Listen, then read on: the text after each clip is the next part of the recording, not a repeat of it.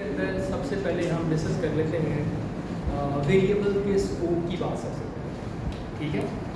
और सबसे पहले हम ज़रा लोकल वेरिएबल को ही देख लेते हैं कि लोकल वेरिएबल है क्या, आपको अंदाज़ा ही है, और उसका स्कोप कैसे होता है, ज़रा उसके आसपास देखिए। ऐसे आपने, और मैं फंक्शन के कॉन्टेक्स्ट में बताता हूँ। देखें, आपने ऐसा कोई फंक्शन बनाया है, फॉर एग्जाम्पल इसका नाम आपने ऐसा कुछ नाम रखा है, और इस फंक्शन की बॉडी के अंदर आपने एक वेरिएबल डिक्लेयर किया है, और आप उस वेरिएबल को जो है वो प्रिंट करा देते हैं। और प्रिंट कराने के साथ या क्या कहते हैं, प्रिंट कराने के बाद ये पोस्ट इंक्रीमेंट ऑपरेटर लगाया है। इसका मतलब क्या है, स्टेटमेंट के अंदर जो कुछ भी हो रहा है वो हो जाए, और उसके बाद ये काम हो क्या, इंक्रीमेंट का। और उसके बाद बस ये फंक्शन इतना ही यूज करता है, और मैं कुछ भी रिटर्न नहीं करवाता, तो दिस इज वाइड। और रिटर्न स्टेटमेंट मुझे लिखने की जरूरत नहीं है। अंडर द हुड जब कंपाइलर ट्रांसलेट करेगा इस कोड को, वो खुद ही रिटर्न स्टेटमेंट आता है, ठीक है। अब मेन के अंदर जो है, मैं इस फंक्शन को, जो मेरा कोई फंक्शन है, इसकी बॉडी के अंदर मैं इस वाले फंक्शन को कॉल करता हूँ। फॉर एग्जाम्पल मैं एक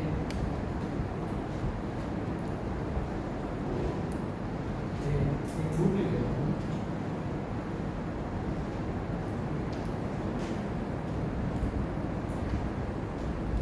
और इस फंक्शन को मैंने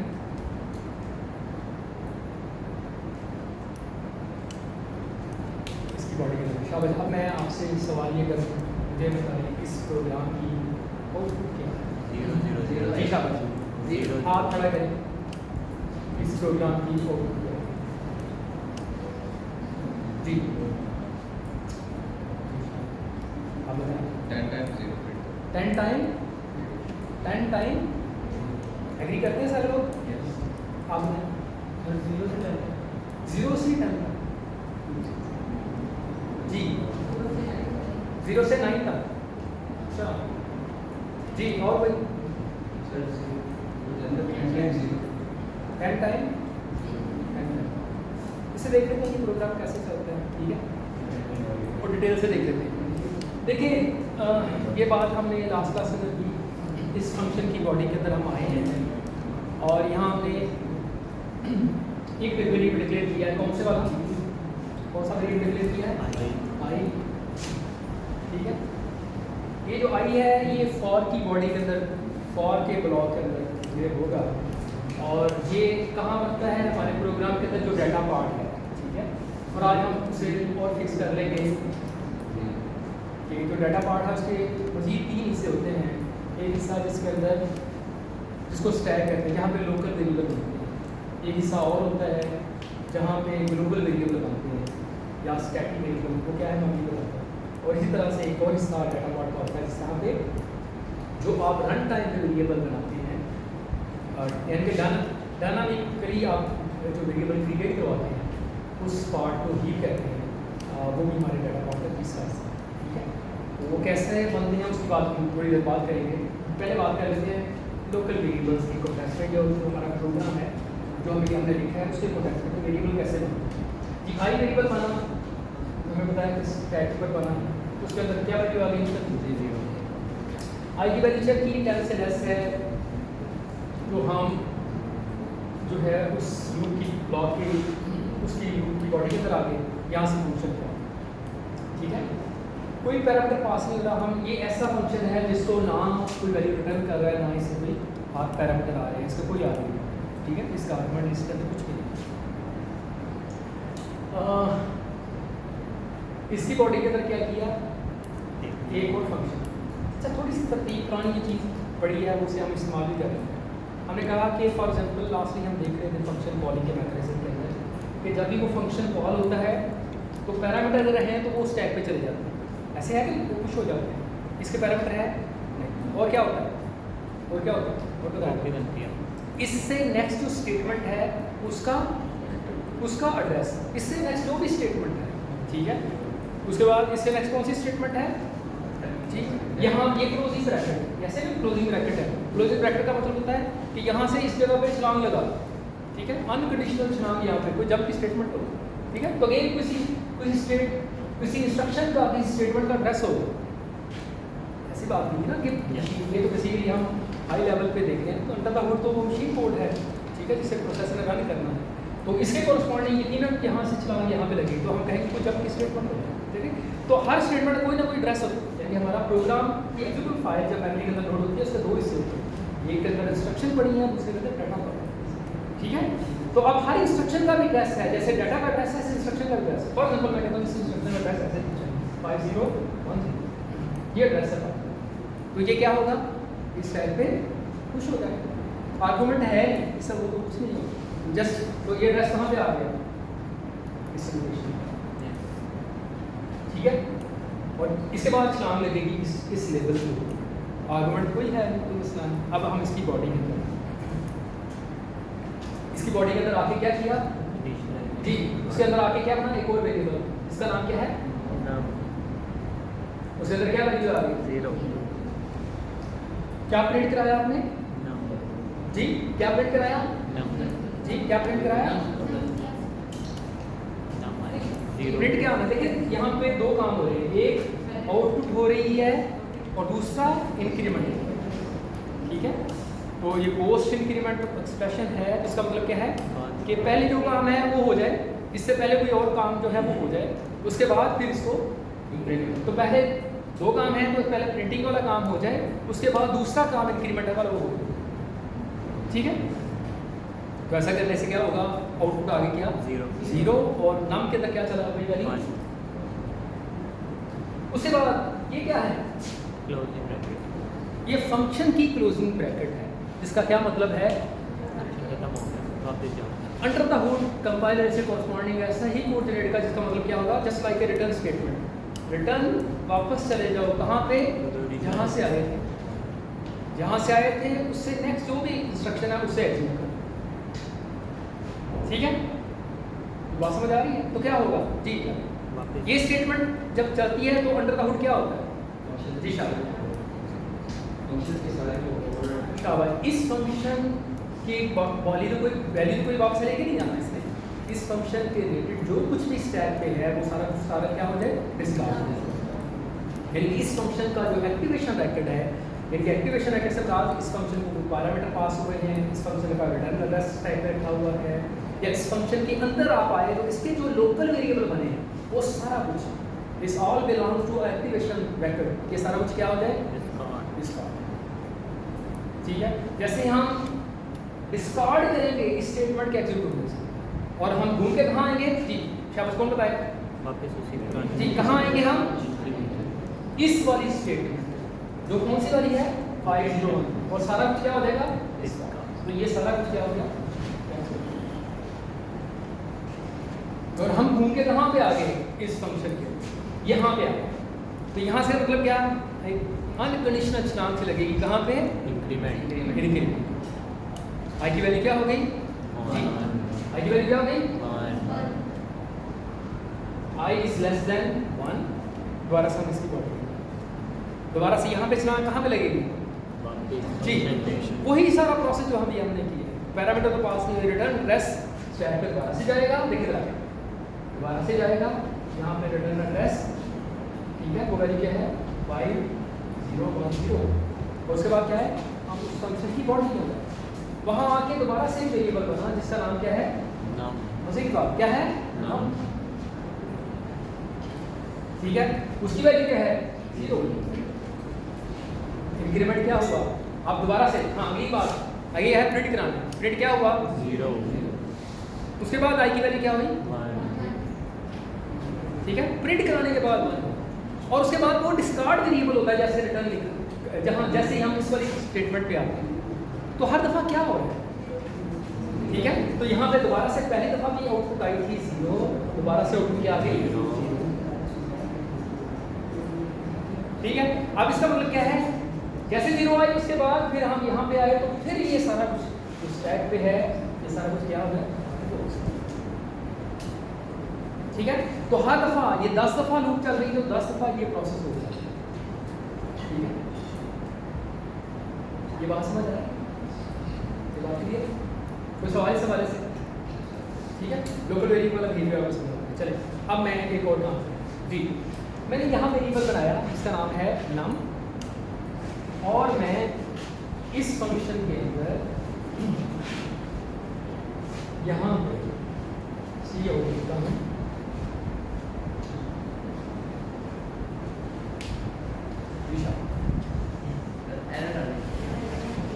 क्या होगा? क्यों? क्योंकि वो इस स्कोप में नहीं है, अनडिफाइंड वेरिएबल। इसके स्कोप के अंदर यहाँ इस वाले फंक्शन के अंदर वो विजिबल नहीं है, एक बात है। और दूसरा हमने उसकी एक तो विजिबल नहीं है, दूसरा वो इस फंक्शन के अंदर जब हम आए हैं ना वो जिंदा भी नहीं है।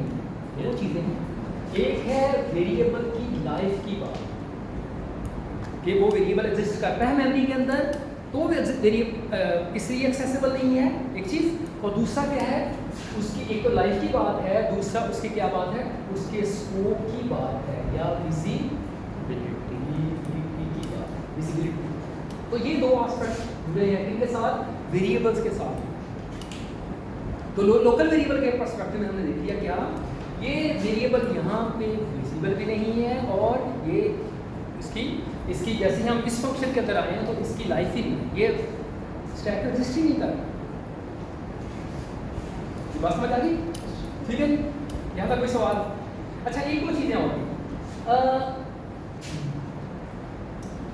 एक ब्लॉक, ये फंक्शन का लेवल की एक ब्लॉक लेवल, यानी फंक्शन के अंदर जो हम लिखते हैं जस्ट लाइक एक ब्लॉक के अंदर आपने कुछ लिखा, और एक ब्लॉक के अंदर जो कुछ लिखा उससे बाहर आए तो आपको विजिबल नहीं है। फॉर एग्जाम्पल यहाँ मैं एक फंक्शन, एक ऐसे को ब्लॉक, भले वो फॉर का है, इफ का है, ठीक है, या एल्स इफ का है, या सिंपल एल्स का है, ऐसे आपने एक वेरिएबल फॉर एग्जाम्पल बनाया ऐसे करके int अगर, और इसके अंदर कोई वैल्यू रख दी फॉर एग्जाम्पल ऐसे करेगा, और इसी तरह से मैंने कोई ब्लॉक यहाँ पे बनाया, ये सब फॉर का था, इफ का था, इफ एल्स का था, या सिंपल एल्स का, ठीक है। और यहाँ आगे आपने ऐसा कुछ लिखा, आपने इसके अंदर लिखा CO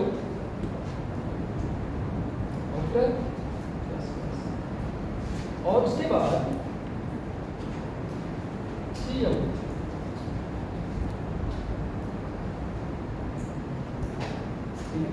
शाबाश, क्या आउटपुट आएगी? जी, क्या आउटपुट आएगी? चलिए, फॉर जी, स्टेटमेंट क्या लिखी है? CO, ये नजर आ रहा है ना सभी को? जी, नजर आ रहा है?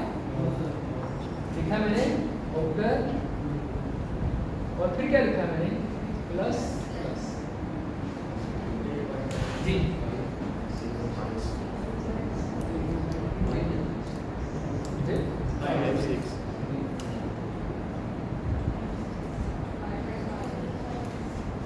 आउटपुट आई 5 और फिर 5 इस डब्बे के अंदर आई, क्या इस बॉक्स के अंदर, इस ब्लॉक के अंदर एक्सेसिबल है? यस, इनर ब्लॉक के अंदर एक्सेसिबल है। किसी एक फंक्शन के अंदर आप कोई एक ब्लॉक डिफाइन करते हैं, उस ब्लॉक से ऊपर कोई वेरिएबल बनाते हैं और उसको अंदर आ जाके एक्सेस करते हैं, तो आप एक्सेसिबल हो। उस ब्लॉक से बाहर आते हैं तो स्टिल एक्सेसिबल है। तो इसका जो स्कोप है इस पूरे फंक्शन के अंदर है। जहाँ जहाँ आप इसे लिखेंगे, इस लाइन के बाद जहाँ जहाँ एक्सेस करना चाहेंगे आप कर सकते हैं, वो किसी भी इनर ब्लॉक पे जा सकते हैं, ठीक है। अच्छा, इसी तरह से अब जरा देखिएगा, मैं अगर ये स्टेटमेंट,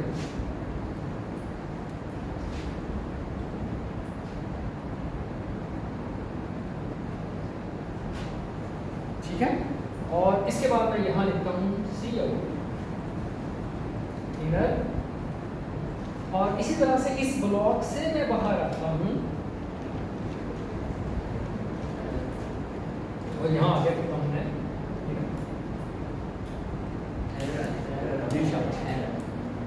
अगेन। इस ब्लॉक के अंदर कोई मसला नहीं, इनर की वैल्यू को एक्सेस कर सकते हैं, लेकिन इस ब्लॉक से जब बाहर आएंगे आप, then this variable that is defined inside this block is not accessible outside of this block. It's not visible. ये बात समझ आ रही है? ठीक है। अच्छा, एक और नाम क्या करें, फर्ज किया बड़ी वजह से प्लीज आपने, मैं एक और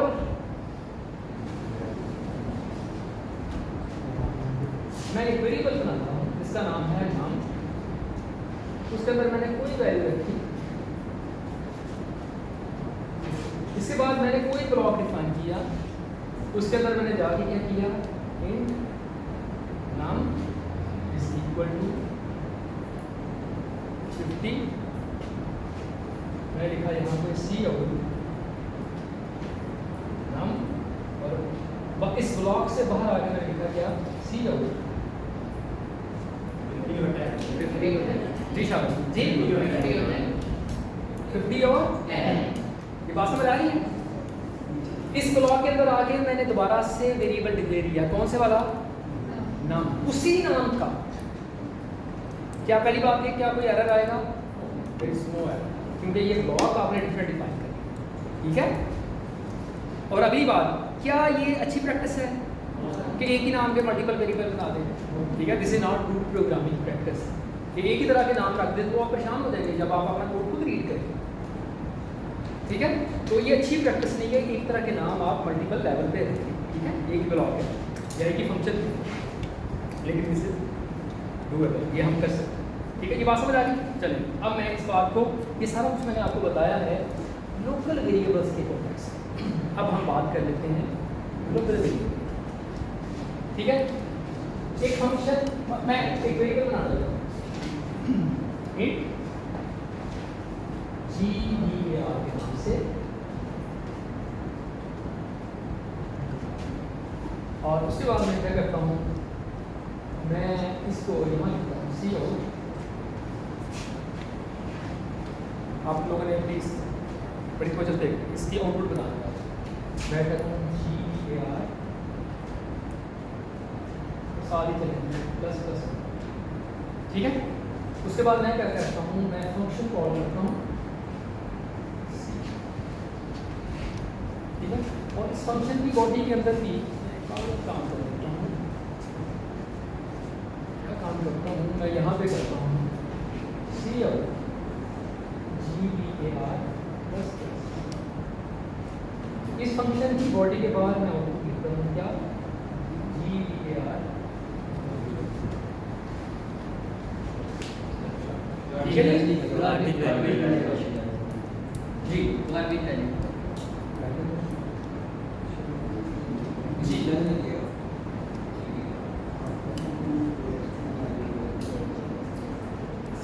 कंपाइलर जनरली जो ग्लोबल वेरिएबल बनाते हैं ना, उनको खुद वो जीरो से रिश्ता है, लेकिन अच्छी प्रोग्रामिंग प्रैक्टिस पहले दिन से हम बात कर रहे हैं क्या है कि आप एक्सप्लिसिटली वेरिएबल्स को,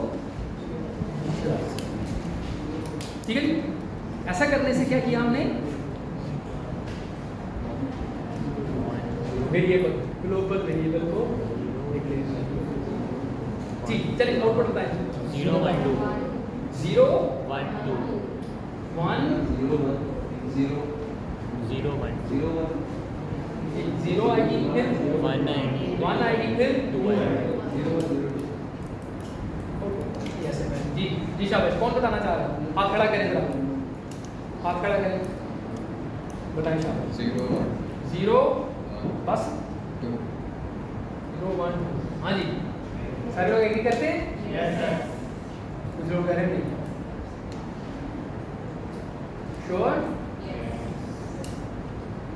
चलो इस प्रोग्राम को देखिए, इस प्रोग्राम की फाइल के अंदर सबसे पहले है वेरिएबल, ग्लोबल वेरिएबल कहाँ डिक्लेयर करते हैं, मेन से ऊपर करते हैं, ताकि उसका स्कोप उस फंक्शन, उस फाइल के अंदर जितने भी फंक्शन आपको लिखे ना उनके अंदर हो, यानी कि उस फाइल के अंदर जितने भी आपने फंक्शन लिखे हैं उनकी बॉडी के अंदर उस ग्लोबल वेरिएबल को हम क्या कर सकते हैं, एक्सेस कर सकते हैं।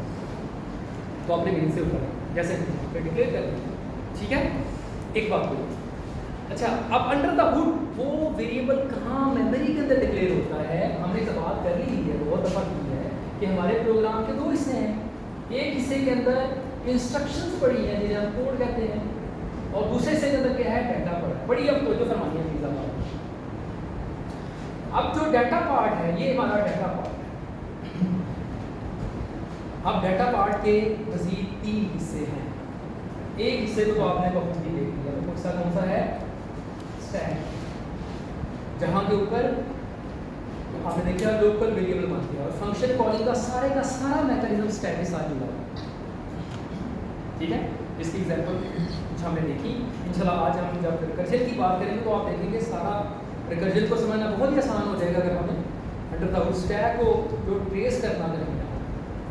ठीक है, अच्छा दूसरा हिस्सा बड़ी वजह से दूसरा हिस्सा कौन सा है जिसको हम कहते हैं डाटा पार्ट। समरी के अंदर इंशाल्लाह आप पढ़ रहे हैं कोर्स आप देखेंगे उसका जो भी पहला प्रोग्राम लिखेंगे आप अक्सर से लिखेंगे dot data dot stack dot code, खुद 3 हिस्से बनाएंगे। ठीक है, तो ये बेसिकली एक डाटा पार्ट आ गया, ये कोड पार्ट भी आ गया, डाटा पार्ट भी आ गया और स्टैक पार्ट भी, और एक तीसरा हिस्सा हो, एक चौथा हिस्सा डाटा पार्ट का तीसरा हिस्सा है जिसे आप कहते हैं बेसिकली क्या है, जितना भी वेरिएबल आप डायनामिकली क्रिएट करेंगे, जो कि इंशाल्लाह जब हम पॉइंटर की बात करेंगे उसको मैं बताऊंगा आपको, फिर पॉइंटर का यूज भी आपको नजर आएगा कि रन टाइम पे जब आपका प्रोग्राम एग्जीक्यूट कर रहा हो उस वक्त आप मेमोरी एलोकेट करवाना चाहें अपनी मर्जी के मुताबिक तो आप करवा सकते हैं। तो वो मेमोरी जो रिजर्व होगी, वो मेमोरी जो हम एलोकेट होगी कहाँ से होगी, वो हमारे हीप पर से होगी। ठीक है, इनके पास हो जाएगी। अच्छा अब जरा दोबारा जुड़ जाए इस प्रोग्राम पे आते हैं। अब ये जो स्टेटमेंट लिखी ना, आप ऐसा करने से आपने ग्लोबल वेरिएबल बनाना है, वो कहाँ पे बना, वो हमारा कहाँ पे बना, वो इस डाटा पार्ट के अंदर। क्या मतलब, यहाँ पे वेरिएबल बना, क्या नाम है उसका, GEAR। ठीक है, उसकी क्या वैल्यू रखी है आपने, 0।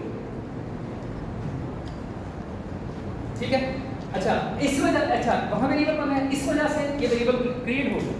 अब जैसे मेन प्रोग्राम के अंदर एग्जीक्यूशन तो मेन से शुरू होती है, इस स्टेटमेंट के अंदर क्या आप उसे एक्सेस कर सकते हैं उस वेरिएबल को, ग्लोबल वेरिएबल।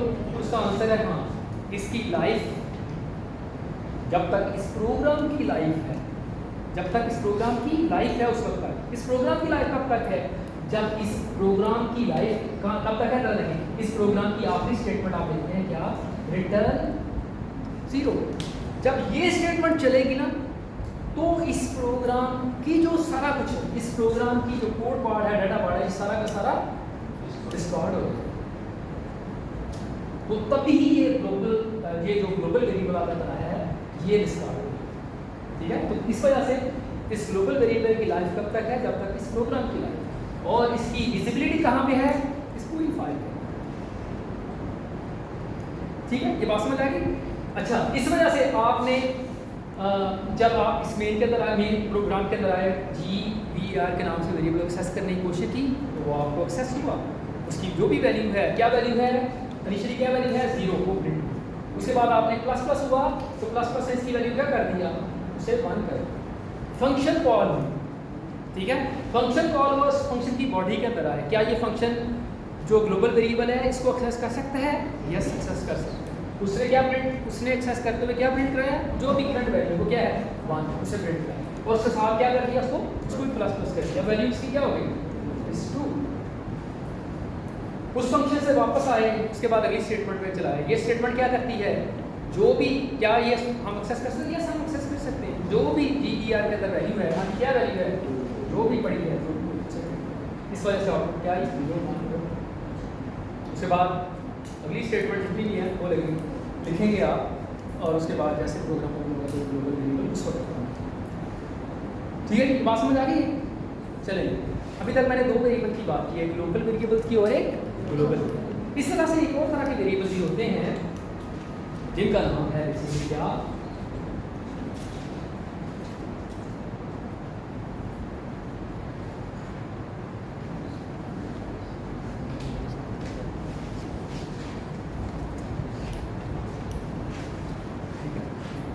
कौन सा वेरिएबल है जी, स्टैटिक वेरिएबल। बड़ी वजह मानी है स्टैटिक वेरिएबल। ये कैसे वेरिएबल होते हैं, जरा आपकी भी बात करते हैं दोबारा से। जैसे ही आप इस फंक्शन को कॉल करेंगे ना, जब इस फंक्शन को कॉल करेंगे बाद स्टेटमेंट में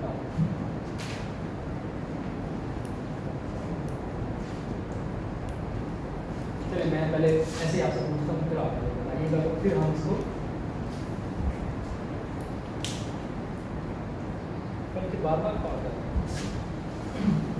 इसी फंक्शन को कॉल करना, लूप के साथ कॉल करना जी।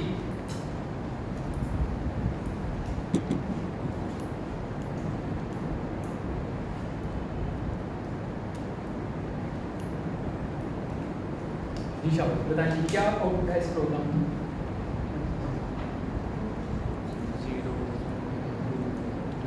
सर ये ऊपर बोर्ड में भी चेंज सॉरी कोड हाउस मैं ये करना चाहता हूँ।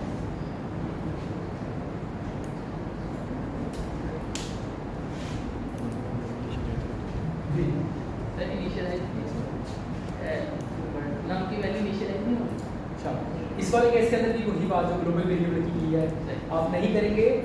जीरो कंपाइलर जो कोड जनरेट करेगा उसके कोरस्पॉन्डिंग खुद ही इनिशियल वैल्यू वाला मामला हो जाएगा और वो जीरो वैल्यू से करेगा। सर 0 से ठीक है, 9 लेकिन अच्छी बात क्या है कि हम उससे एक्सप्लिसिटली बड़ी वजह से पास में ये थोड़ा सा डिफरेंट है। स्टैटिक वेरिएबल जो है ये डिफरेंट है, इसको ज़रा बहुत से देखिए, इसका इस्तेमाल आएगा इंशाल्लाह जब हम उनके कंटेंट डिस्कस करेंगे।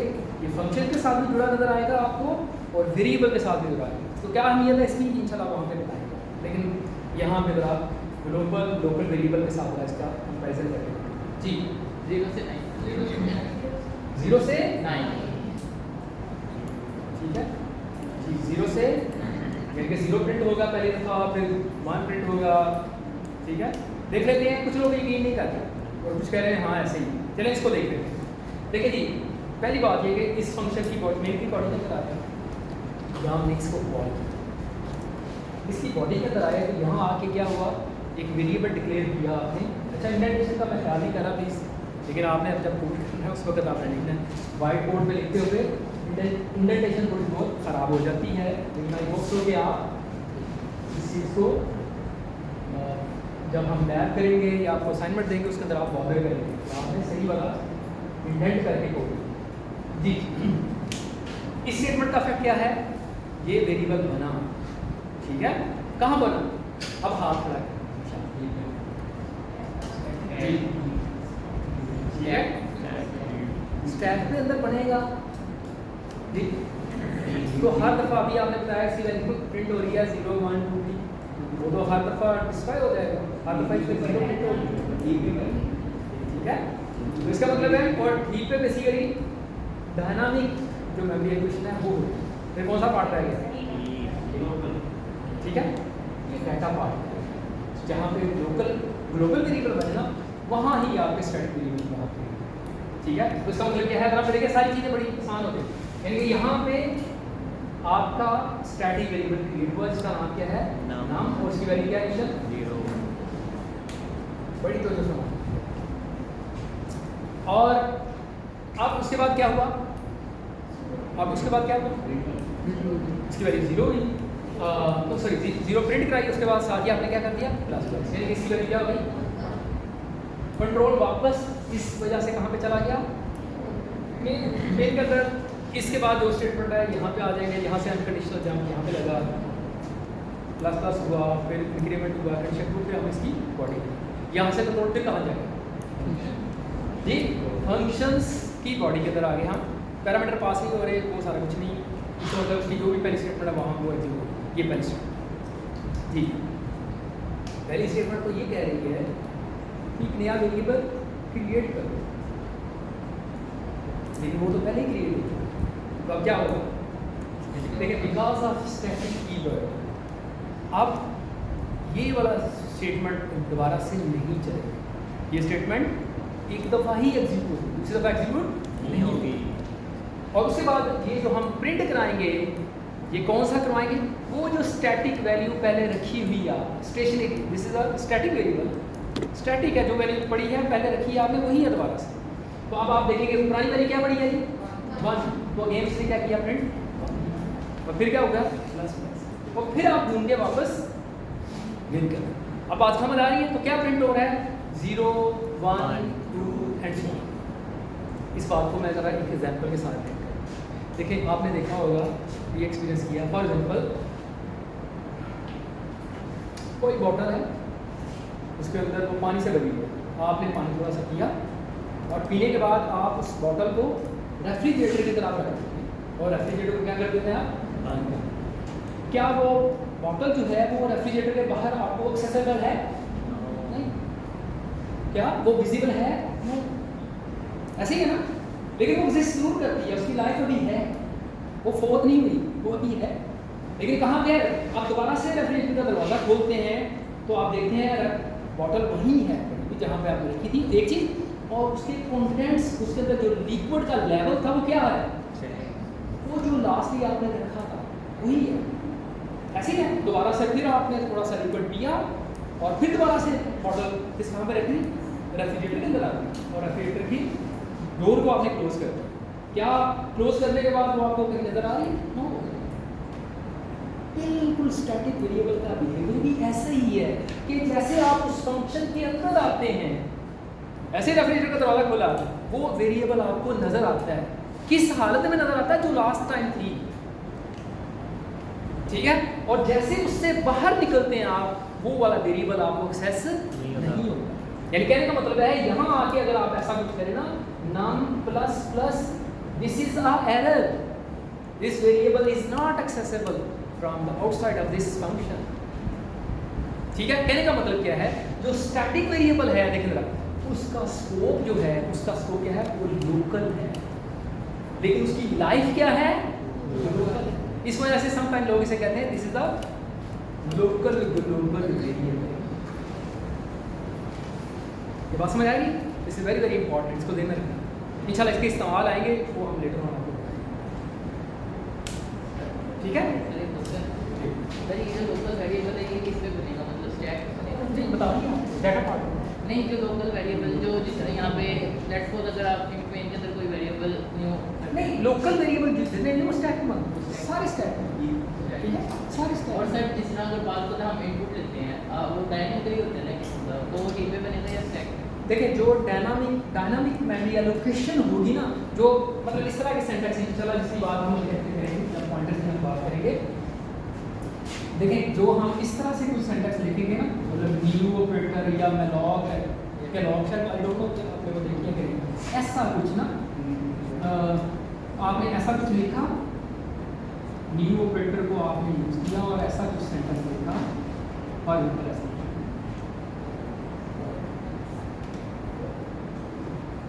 लेकिन ऐसा करने से, इस सेंटेंस को लिखने से ये वाला जो मेमोरी एलोकेशन हुई है, 100 कॉन्सेक्टिव इंटीजर एलोकेट हो रहे हैं। ये कहाँ हो रहे हैं, ये हीप वाले पार्ट, ठीक है। तो इंशाल्लाह इसके बारे में बताएंगे। और अगर मैं ऐसा कुछ करता हूँ, int a is equal to 100, तो ऐसा करने से ये मेमोरी कहाँ से बनती है, ये स्टैक पर, और बाकी ग्लोबल वेरिएबल अगर आप डाल दिया हमने स्टैक पर, ठीक है। अच्छा जी, तो ये कुछ बातें थी स्कोप के कॉन्टेक्स्ट में, लोकल, ग्लोबल और जो स्टैटिक वेरिएबल है। सर मतलब कि जब हम यूजर से इनपुट लेते हैं लेट्स सपोज, तो वो जो उसकी जो वैल्यू एलोकेट होती है वो किस होती है, वो भी स्टैक करती है। जिस तरह लेकिन जितने भी आप वेरिएबल बनाते हैं, यूजर से आपने इनपुट लेनी है, आपने फॉर एग्जांपल एक प्रोग्राम है, उसके अंदर लूप लिखनी है कि आप चाहते हैं ये लूप 10 दफ़ा चले या 5 दफ़ा चले, ठीक है।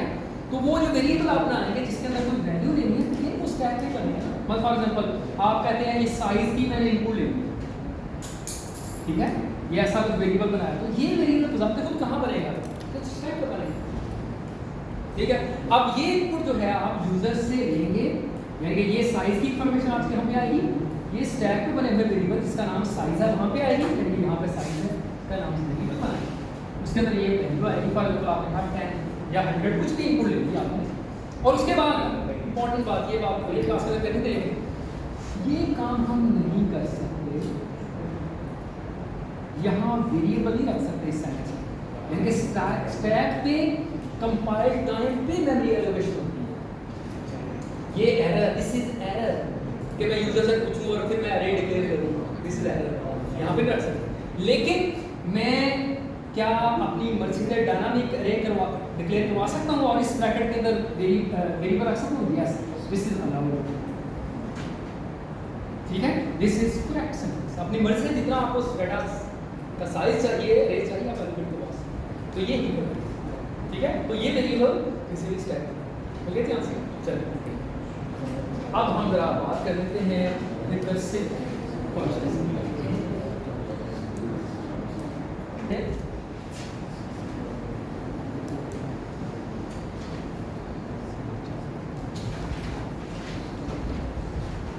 रिकर्सिव फंक्शन क्या होता है?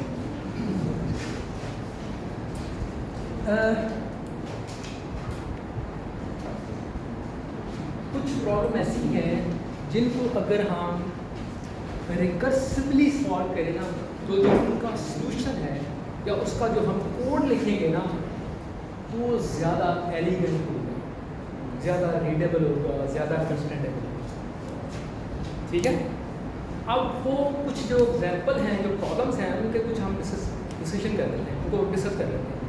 आप देखेंगे अगर मैं उन प्रॉब्लम का कोड रिकर्सिव सॉल्यूशन में दूँ तो उस प्रोग्राम को रीड करूँ तो बहुत आसान लगेगा मुझे लिखा हुआ एज़ कम्पेयर टू उसी प्रॉब्लम का सॉल्यूशन अगर मैं आइटरेटिवली लूप लगा के,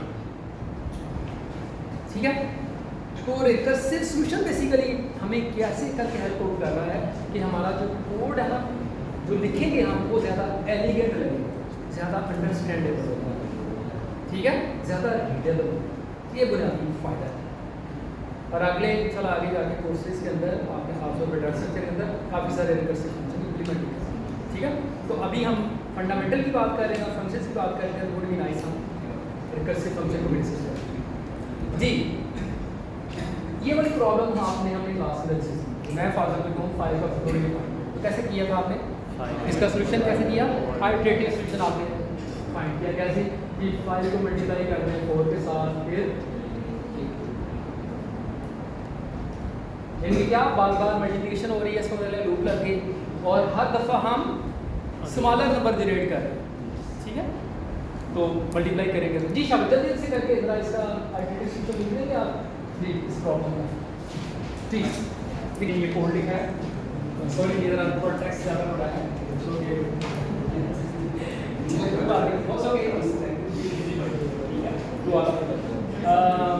इम्पॉर्टेंट बात क्या थी कि ये ना मतलब हमने फंक्शन लिखा है जिसका नाम है फैक्टोरियल और मेन के अंदर हम इस वाले फंक्शन को कॉल कर रहे हैं।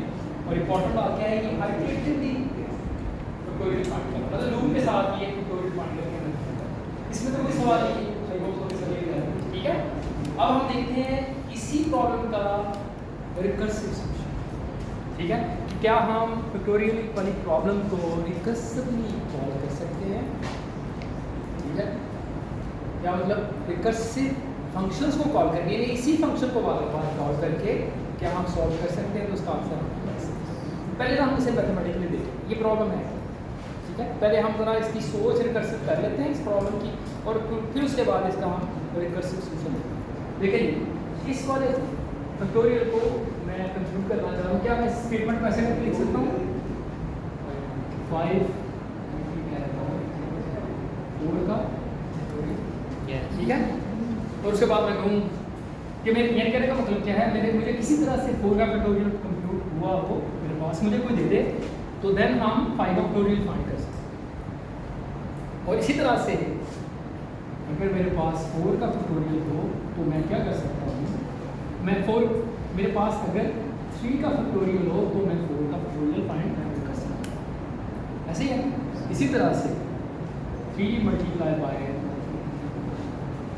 1 2 का फैक्टोरियल के साथ में 3 का फैक्टोरियल फाइंड कर सकते हैं। तो देखिए बार बार हम क्या करें, इस प्रॉब्लम को सिंप्लीफाई करें। क्या मतलब, मैं 2 का फैक्टोरियल कैसे फाइंड कर सकता हूँ, मैं 2 को मल्टीप्लाई करूँ इसके साथ 1 के फैक्टोरियल, 1 का फैक्टोरियल कैसे कंप्यूट किया जा सकता है, 1 मल्टीप्लाई बाय 0 का फैक्टोरियल, या एट देन 0 का फैक्टोरियल हम कैसे कंप्यूट कर सकते हैं। हाँ जी, वो हमें पता है। ये एक ऐसी चीज़ आ गई जहाँ पे हमें पता है आंसर, एग्जैक्ट आंसर का, वो क्या है, वो है ये जो बार बार मैं एक कम्प्लेक्स प्रॉब्लम को, रिलेटिवली कम्प्लेक्स प्रॉब्लम को सिंपल प्रॉब्लम के अंदर जो मैं लिखता जाता हूँ ना, इनके रिकर्सिव कॉल रिकर्सिवली मैं आगे मूव करता जा रहा हूँ। क्या मतलब, बार बार फैक्टोरियल ही फाइंड कर रहा हूँ, लेकिन मैं क्या कर रहा हूँ, पहले से छोटे नंबर की फैक्टोरियल फाइंड, यहाँ से छोटे नंबर, उसके बाद यानी एक ऐसा केस आ गया जहाँ पे मुझे उस चीज़ का पता है। अब जैसे मुझे पता है, इस वाले केस में खास नाम किया था, क्या है ये वाला, कौन सा केस है, this is the base case. और ये ऊपर जितने भी केसेस थे ये सारे के सारे क्या थे, ये रिकर्सिव केस थे। ऐसे ना बार बार हम प्रॉब्लम को सिंप्लीफाई कर रहे हैं, ये बात समझ आ रही है। अच्छा, ये अभी जस्ट हमने फॉरवर्ड मूव किया, यानी कि यहाँ से हम यहाँ तक पहुँचे, अब जरा हम इसे ड्रैग करें, क्या मतलब हमारे पास अब आंसर हमें फाइंड करना है 4 5 का फैक्टोरियल। अभी हमने क्या कंप्यूट किया है, यानी प्रॉब्लम को सिंपलीफाई करते करते करते कहाँ तक पहुँचे हैं 0 0 फैक्टोरियल, उसका हमें पता है। जैसे ही पता है आप क्या करें, देखें ये वैल्यू मुझे पता है, इसका आंसर मुझे पता है, वो क्या है 1। अब ये वैल्यू मैं किस तरह से यहाँ पुट करूँ तो मेरे पास क्या आ जाएगा 1 फैक्टोरियल। तो कहने का मतलब है पहले मैं फॉरवर्ड मूव किया हूँ, अब मुझे बैकवर्ड ट्रैक करना है। पहले फॉरवर्ड ट्रैक करते करते मैं कहाँ तक पहुँचा 0 फैक्टोरियल तक, जो कि बेसिकली 1 है। अब बैक ट्रैक यही वैल्यू जो है, ये जो वैल्यू आपने फाइंड किया है इन्हें जैसे पुट करते जाए और बैकवर्ड ट्रैक करते जाए तो अल्टीमेटली आपके पास कहाँ तक पहुँचेंगे हम 5 फैक्टोरियल को हम अचीव कर। देखिए जो कुछ मैं अभी आपको ऐसे बता रहा हूँ फॉरवर्ड मूव करना और अंदर तक जब आप इंशाल्लाह जब अभी हम कोड लिखते हैं आप देखिए बिल्कुल ऐसी ही ट्रेसिंग हो रही है। और ये जो हम फॉरवर्ड मूव कर रहे हैं और बैकवर्ड मूव कर रहे हैं, और अभी हम देखेंगे कि कैसे हमें स्टैक हेल्प आउट करता है इस हवाले से रिकर्सिव फंक्शंस की इम्प्लीमेंटेशन। ठीक है, चलें इसको सोल्यूशन दें जी। बैकवर्ड हम मूव करते हैं, देखिए यहाँ पे मैं लिख देता हूँ ऐसे ही, यहाँ पे क्या आ रहे हैं हमारे रिजल्ट्स आ रहे हैं। ठीक है, हर आइटरेशन के बाद हमारे पास क्या रिजल्ट आते हैं वो मैं ऐसे ही, यहाँ पे मेरे पास क्या है 1 को मैं पुट करता हूँ यहाँ पे इस जगह पे, तो मेरे पास क्या आंसर आ गया जी, इस जगह पे मैं क्या पुट किया 1 मल्टीप्लाई बाय, देखिए 1 का मुझे इसका फैक्टोरियल पता है 1 वैसे ही कांस्टेंट वैल्यू हमारे पास है। आंसर क्या आ गया, आंसर क्या हमारे पास आ गया। अब मैं 1 का फैक्टोरियल मुझे पता है वो क्या है 1। अब मैं अगर ये वाली उसकी यहाँ पे पुट करता हूँ जो कि बेसिकली क्या है जो कि 1 है, अब मैं 1 को मल्टीप्लाई करूँगा 2 के साथ, तो मेरे पास क्या आंसर आ गया 2 which is the factorial of 2। ठीक है, इसी तरह से मुझे 2 के फैक्टोरियल के आंसर का पता है। अब मैं इसका आंसर अगर पुट करता हूँ किस जगह पे 2 ठीक है, इस 3 फैक्टोरियल वाली टर्म के साथ जो कि बेसिकली 2 है, तो आंसर मेरे पास क्या आ गया 6 जो कि बेसिकली 3 का फैक्टोरियल। इसी तरह से मैं देखिए बैक ट्रैक करता जा रहा हूँ, ठीक है। और इसी तरह से देखिए अब मैं 3 का फैक्टोरियल का मुझे पता चल गया।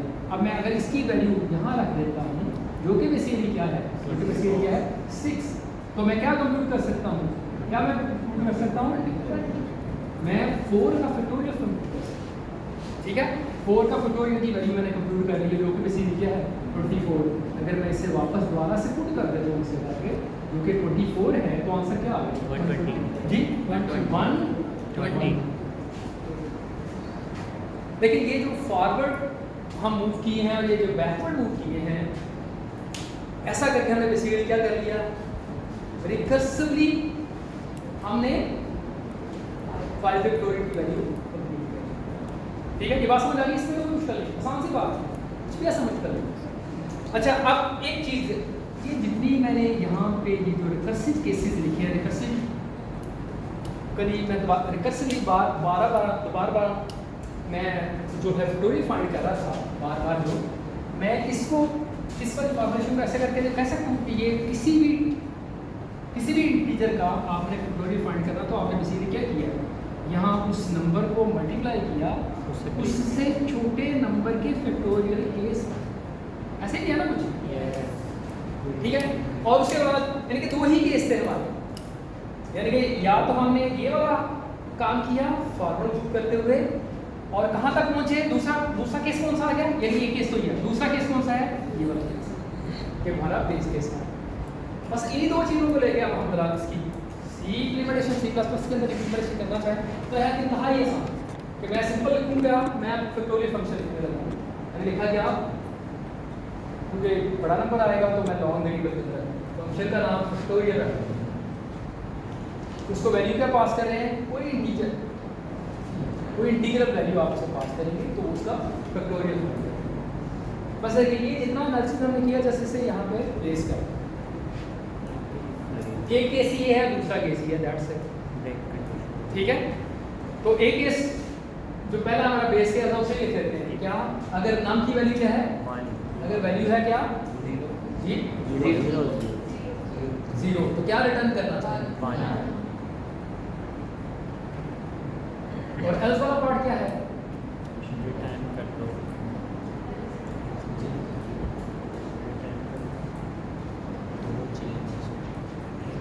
एल्स वाला पार्ट क्या है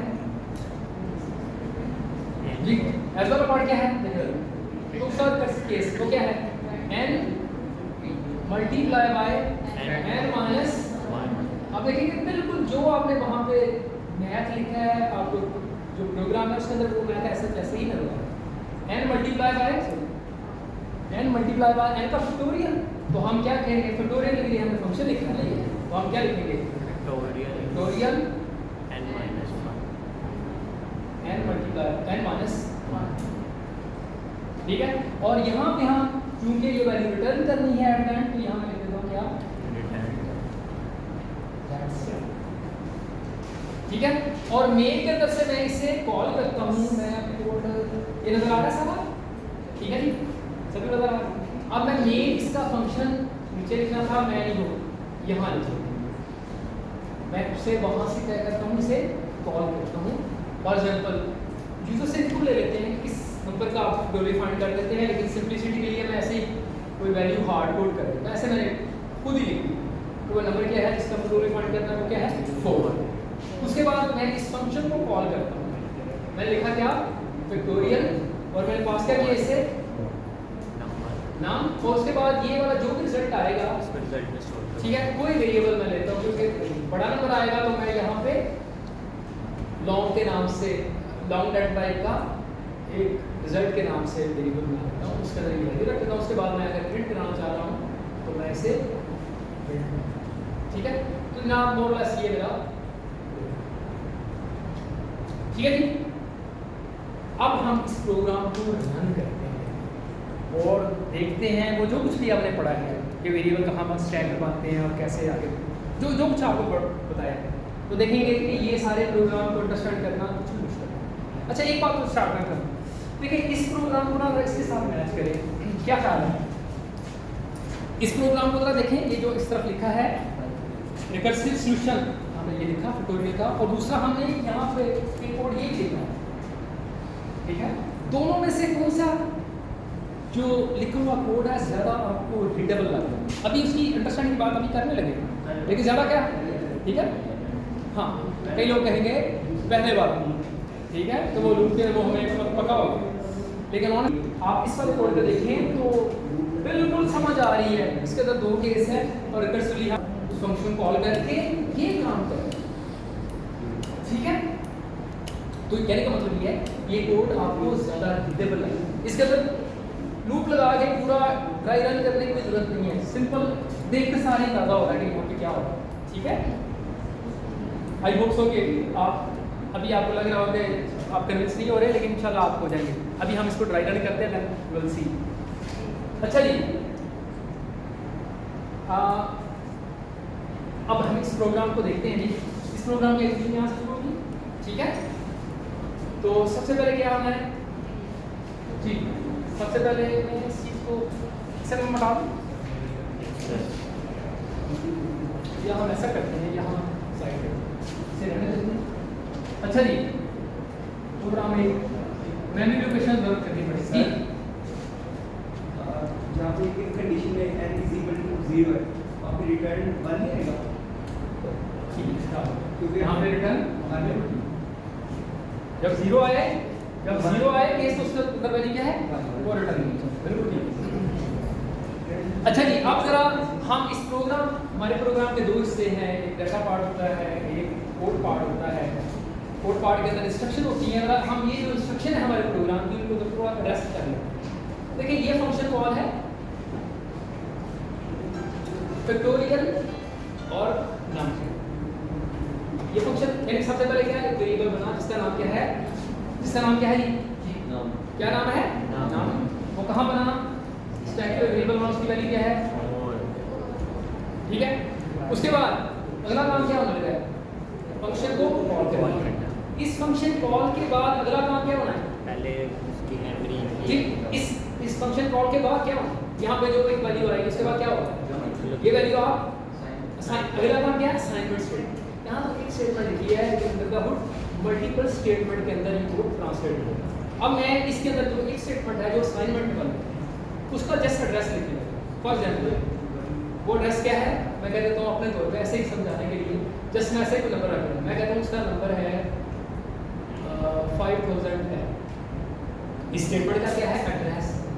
हाँ, स्टेटमेंट एड्रेस में मेमोरी के अंदर जस्ट जो कंसर्न स्टेटमेंट उनका एड्रेस में लिखता है। इसी तरह से अब मेन फंक्शन के अंदर है, अगेन हर स्टेटमेंट एड्रेस होगा, इसका अपना एड्रेस होगा, इसका जितने स्टेटमेंट है हर उसका भी अपना एड्रेस होगा। लेकिन नेस्टेड जो मुझे लगता है और जो अभी आप देखेंगे जिनके साथ जिन स्टेटमेंट के साथ हमारा वास्ता पड़ेगा, मैं जस्ट उनका एड्रेस लिखूंगा। ये फैक्टोरियल है, हमें पता है जब भी फंक्शन को कॉल होता है उसके बाद में उनके आना है किसी जगह पे, तो अगेन जिस उसके बाद भी कोई काम होना है, वो जो भी काम होना है उसका मुझे एड्रेस कहीं सेव करने की जरूरत होगी। तो अगेन दोबारा से मैं कहता हूँ ये फंक्शन कॉल है, इसके बाद क्या होगा? जैसे ही यहाँ पे वैल्यू आएगी फिर क्या होगा? वापस जाएगा मल्टीप्लिकेशन। ऐसे ही ना, क्योंकि यहाँ पे फंक्शन ने वैल्यू दी थी, उसके बाद मल्टीप्लिकेशन, तो मल्टीप्लिकेशन की स्टेटमेंट का भी ऐसे ही एड्रेस रखना है। मैं फॉर एग्जांपल इसे कहता हूँ 70 ऐसे एड्रेस, ठीक है? ये मैंने एड्रेस दिए हैं इस इंस्ट्रक्शन में, ठीक है जी?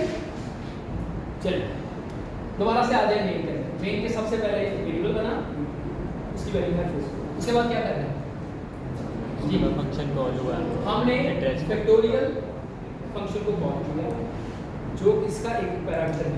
तो कैसे एग्जीक्यूशन होती है? सबसे पहले दो पैरामीटर हैं वो कहाँ चले जाते हैं? स्टैक पे कॉपी हो। क्या वैल्यू है जी? 4। इसकी कॉपी बनी और वो स्टैक पे चली गई, इसकी कॉपी बनी, वो क्या है? 4। उसके बाद अगला काम क्या होता है? एड्रेस। रिटर्न एड्रेस जो है वो कॉपी हो गई, यहाँ पे पुश हो जाए। और रिटर्न एड्रेस क्या है? 501010। उसके बाद क्या होता है? छलांग लग गई क्या? इस फंक्शन के हेडर के ऊपर यहाँ पे आएगा, ठीक है? इस फंक्शन का जस्ट लाइक करेगा। हाँ जी, आवाज नहीं है, ये बंद करें जी, आप नोटबुक पे लैपटॉप पे नहीं। अच्छा जी, इस फंक्शन के अंदर आए, जैसे इस लेवल पे पहुंचे हैं तो ऐसे समझे, ऐसा है कि ये जो डब्बा है इसको नाम मिल गया क्या? ठीक है। अच्छा, अब इस फंक्शन की बॉडी के अंदर आए, यहाँ आके देखा सबसे पहले क्या स्टेटमेंट है? n की क्या वैल्यू है? 4। कहाँ पड़ी है? ये वैल्यू, ठीक है? Which is not equal to 0। Condition false हुई ना, ठीक है? नॉट इक्वल टू एल्स वाले पार्ट। एल्स पार्ट के अंदर क्या है? फैक्टोरियल वाले फंक्शन को हम कॉल करें, कैसे करके कॉल करें? कि n की वैल्यू जो बेसिकली क्या है? 4, ठीक है? उससे मल्टीप्लाई करना है इसके साथ। तो सबसे पहले क्या होगा? फंक्शन कॉल, ठीक है? यहाँ पे फंक्शन कॉल कैसे करके होगी? बात से बड़ी तो जी, पहले नंबर वो वैल्यू दोबारा से जो मेल जिस तरह से मेल से कॉल होती है ऐसे ही यहाँ पे भी करें, भले उसी फंक्शन के अंदर आप उस फंक्शन को कॉल करें जी। पहले वो जी, यहाँ पे क्या होगा? कॉपी किस चीज की? n-1। n की क्या वैल्यू है? 4। अब क्या हो जाएगी? 3। तो 3 यहाँ पे क्या हुआ? उसके बाद रिटर्न एड्रेस की शाबाश क्या है? 7010। देखो ये रिटर्न एड्रेस आ गया और ये डाटा कॉपी। उसके बाद छलांग लगी उस फंक्शन की, कोई फंक्शन है, लकीली ये वो यही फंक्शन है, हाँ इस फंक्शन की बॉडी के अंदर। यदि जैसे इसके हेडर में पहुंचे समझे इसका नाम मिल गया क्या? अब हम आए उसकी बॉडी के अंदर, हाथ खड़े करें, n की क्या वैल्यू है? हाथ खड़ा करें जी, n की क्या वैल्यू है? क्या जी वैल्यू? कहाँ से पता चला? कहाँ से पता चला? n की तो बड़ी सारी वैल्यूज हैं जी, स्टैक से पता चला। और स्टैक के अंदर बड़ी सारी n वैल्यूज हैं, लेकिन करंट फंक्शन की कहाँ पे है? जिस फंक्शन के अंदर अभी हम आए हैं वो हमेशा कहाँ पे होगी? वो टॉप पे होगी, टॉप ऑफ द स्टैक। यानी कि टॉप स्टैक के टॉप पे इस फंक्शन के रिलेटेड एक्टिवेशन फंक्शन होगा, एक्टिवेशन रेकॉर्ड होगा। एक्टिवेशन रेकॉर्ड से बात क्या? इस फंक्शन को जो आपने पैरामीटर पास किए हैं, इस फंक्शन के का जो इस फंक्शन के लिए जो रिटर्न एड्रेस है, इस फंक्शन ने जो कोई लोकल वेरिएबल बना, this all aspects belong to activation record, ठीक है? तो वो हमेशा कहाँ पे बनेगा? टॉप। इसका मतलब क्या है? n की वैल्यू मुझे कौन सी देगी? तो टॉप है। वो कौन सी है? वो 3। तो 3 is not equal to 0। Condition क्या होगी? फॉल्स। एल्स वाले पार्ट में, ठीक है? यहाँ आगे क्या करें जी? शाबाश। दोबारा से फंक्शन फिर से को n-1 कॉपी होगा, n-1 कॉपी होगा जी। यहाँ पे 3, ये n की वैल्यू क्या है? 3 है। वो कहाँ से पता चला? Top of stack. ये टॉप स्टैक के टॉप पे एक्टिवेशन जो पड़ा है, ये एक्टिवेशन रेकॉर्ड इसका है, ये पिछले फंक्शन का था, ये मेन का है। ठीक है, इस चीज़ का आपने देखना ख्याल रखना। अच्छा जी, अब दोबारा से फंक्शन को कॉल करें। n की वैल्यू क्या है, हमें पता नजर आता है 3 है। n माइनस 3 माइनस 1 क्या हो गया 2। ये वैल्यू पुश हुई कहाँ पे, स्टैक पे। क्या बनी वैल्यू यहाँ पे 2, यहाँ क्या वैल्यू बनी 2। उसके बाद रिटर्न एड्रेस, अभी इसके बाद कौन सी क्या है ये क्या है 701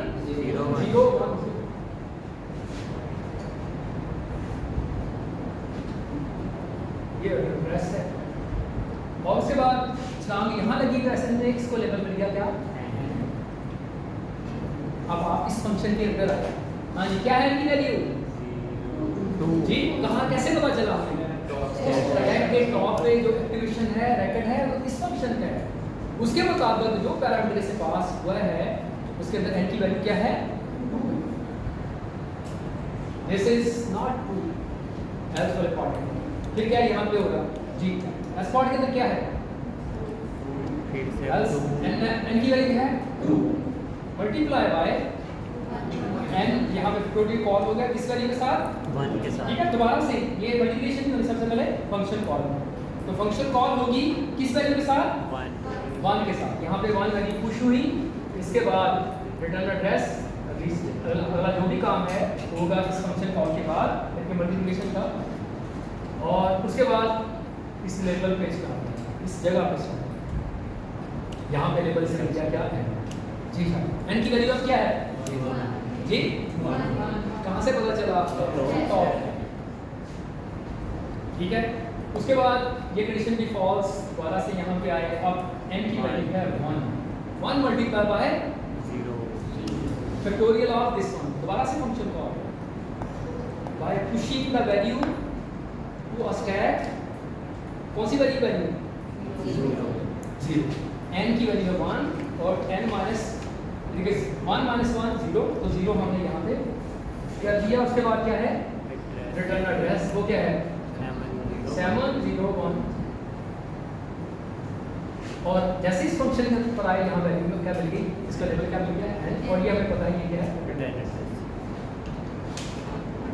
जी। अब यानी अब ये जो कुछ भी किया है ना, ये जो भी इस तरह से स्टैक है, ये जस्ट लाइक जैसे अभी हमने थोड़ी देर पहले देखा था एक एग्जीक्यूशंस के साथ इस बड़ी प्रॉब्लम को छोटी प्रॉब्लम बनाते हुए जो कुछ भी देखा था।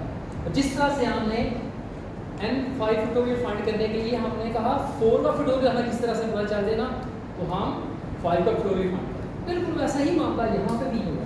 और वो देखिए वो जो ऐसे ऐसे करके हमने ना ट्रेस किया और अपने पास वो रिकॉर्ड रखा कि कम 5 का फैक्टोरियल मैंने फाइंड करना है, तो हाँ मुझे पता है मुझे 5 को मल्टीप्लाई करना होगा 4 के फैक्टोरियल के साथ। तो वो सारी चीज़ें कैसे करके यहाँ पे मेंटेन है वो स्टैक के साथ। अब देखिए, अब मैं फॉरवर्ड मूव को अब बैकवर्ड ट्रैक करने लगे। आप देखिएगा सारा कुछ यहाँ पे स्टैक है सारा मेंटेन। अब जरा देखिए, अब वैल्यू आई थी जी, अब वैल्यू क्या आई थी 0 कंडीशन 2 ट्रू। अब ये स्टेटमेंट चलेगी, ये स्टेटमेंट क्या कहती है लास्ट में बताया, ये शाबाश क्या होगा इस स्टेटमेंट में 1 को लेके वहाँ यहाँ पे इसका प्रीवियस एड्रेस है, इस वैल्यू को लेके इस वाले एड्रेस पे चले जाओ, एक काम तो ये होगा। और दूसरा स्टैक और फिर वो उतना हिस्सा वो खत्म हो अच्छा, इस फंक्शन का जो एक्टिवेशन ब्रैकेट है इस फंक्शन का ये सारा एक्टिवेशन है, जैसे पैरामीटर रिटर्न एड्रेस अगर लोकल वेरिएबल बनाया तो वो सारा कुछ क्या हो जाएगा। ठीक है, और जाना किस जगह पे है, किस जगह पे जाना है, किस एड्रेस पे जाना है, इस वाले एड्रेस पे। ठीक है, ये वाली वैल्यू लेके 1 को लेके अब ये वाली वैल्यू लेके हमें इस वाले एड्रेस पे जाना है और ये सारा कुछ क्या करना है इसका। और एड्रेस कौन सा है जी, वो एड्रेस ये वाला इस जगह पे, यानी कि ये वाली वो जो 1 वैल्यू है जस्ट लाइक ऐसे ही समझे इस जगह पे क्या होगी रिटर्न हो गई, ये 1 वैल्यू इस जगह पे समझे पेस्ट हो गई जस्ट लाइक दैट। अब 1 मल्टीप्लाई बाय व्हाट, प्लीज बड़ी तवज्जो से इस बात का बड़ा ख्याल करना जी। 1 ने किससे मल्टीप्लाई होना n से जी, n से ना। n के अंदर क्या वैल्यू हाथ में लेकर करना, n के अंदर क्या वैल्यू है आप बताएं शायद 0 जी। वो 0 कहाँ पे है? मेमोरी के अंदर नहीं पड़ा ना जी, बताएं आप। टॉप ऑफ स्टैक पे जो है टॉप ऑफ स्टैक पे वो है 1। करंट फंक्शन है जिसके अंदर अब आए हैं हम, उसका एक्टिवेशन रेकॉर्ड कहाँ पे है? टॉप ऑफ स्टैक पे है। उसके अंदर क्या पड़ा है? 1 आने कौन से, ठीक है। दिस 1 ये 1 वैल्यू हमने कहाँ से ली है? ये टॉप ऑफ स्टैक में पड़ी। 1 मल्टीप्लाई बाय जो वैल्यू यहाँ पे रिटर्न हुई है वो क्या था? तो क्या आंसर आया? 1। और अब इन दोनों को मल्टीप्लाई करने के बाद आंसर हमारे पास क्या आ गया? 1। और ये वर्क रिटर्न आ गया। अब रिटर्न ये क्या कहता है? वापस चले जाओ किस वैल्यू को लेके? ये वैल्यू किस जगह पे? जो यहाँ पे रिटर्न एड्रेस लिखा है वो वैल्यू क्या है? ये वाला रिटर्न एड्रेस। वो क्या है हमारे प्रोग्राम के अंदर? वो ये वाला एड्रेस है। ये यहाँ पे ही आना है, ठीक है। लेकिन क्या करना है? और रिटर्न स्टेटमेंट क्या कहती है? ये वाली वैल्यू लेके इस वाले एड्रेस पे चले जाओ और साथ और क्या काम करना है? इस वाले जो इस फंक्शन के मतलब जिसके अंदर अभी हम बैठे हैं, इसके सारे के सारे एक्टिवेशन रेकॉर्ड को क्या कर दो? वो क्या है? और वैल्यू हम क्या लेके गए हैं? 1। और किस एड्रेस पे आए हैं? ठीक है, ये काम करने के लिए ये वैल्यू लेके आए हैं क्या? 1। अब 1 दोबारा से दोबारा 1 मल्टीप्लाई बाय व्हाट? आप बताएं शाबाश। 2 कहाँ से पता चला? शाबाश, टॉप ऑफ स्टैक पे ये, ठीक है। यानी कि अब जिस फंक्शन के अंदर हैं हम, वहां पे जो n की वैल्यू को क्या है? वो 2 है, ठीक है। Then 2 is multiply bye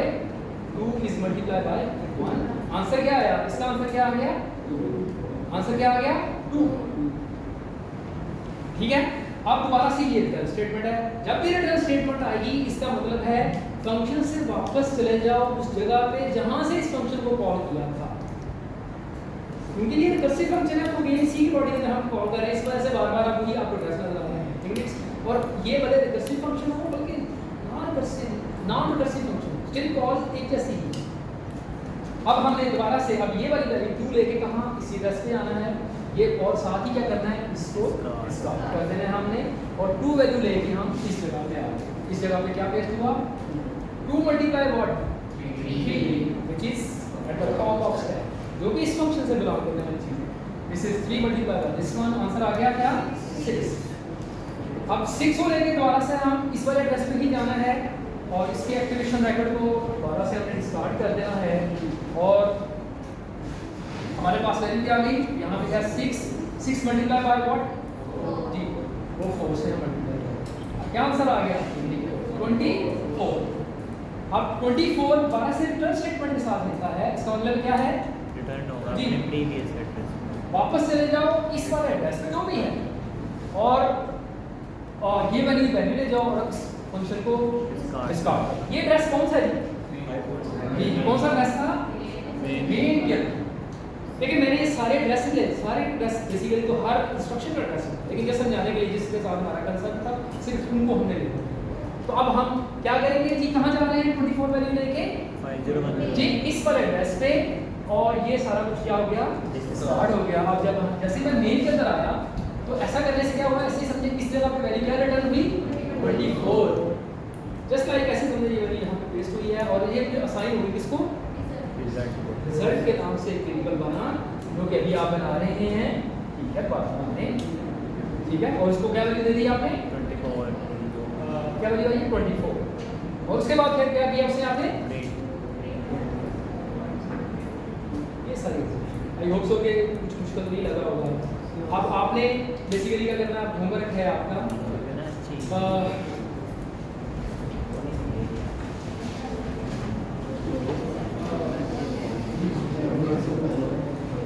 raise to power के नाम से हमने फंक्शन लिखा था, ठीक है। आई होप सो कि कोई सवाल नहीं इसमें, लेफ्ट राइट समझ आ गया आपको, ठीक है। सर एक क्वेश्चन है सर, अगर ये हम इसके साथ में और ऑपरेटर लगा के n इक्वल 1 के लिए भी हैंडल कर सकते हैं यूजर एंड हाँ वो भी कर सकते हैं, ठीक है, कर सकते हैं। लेकिन इसके साथ हम अज्यूम करेंगे कि यूजर से इनपुट जो है वो, लेकिन आप चाह रहे हैं कौन में लिख, हाँ लिख सकते हैं। अच्छा जी,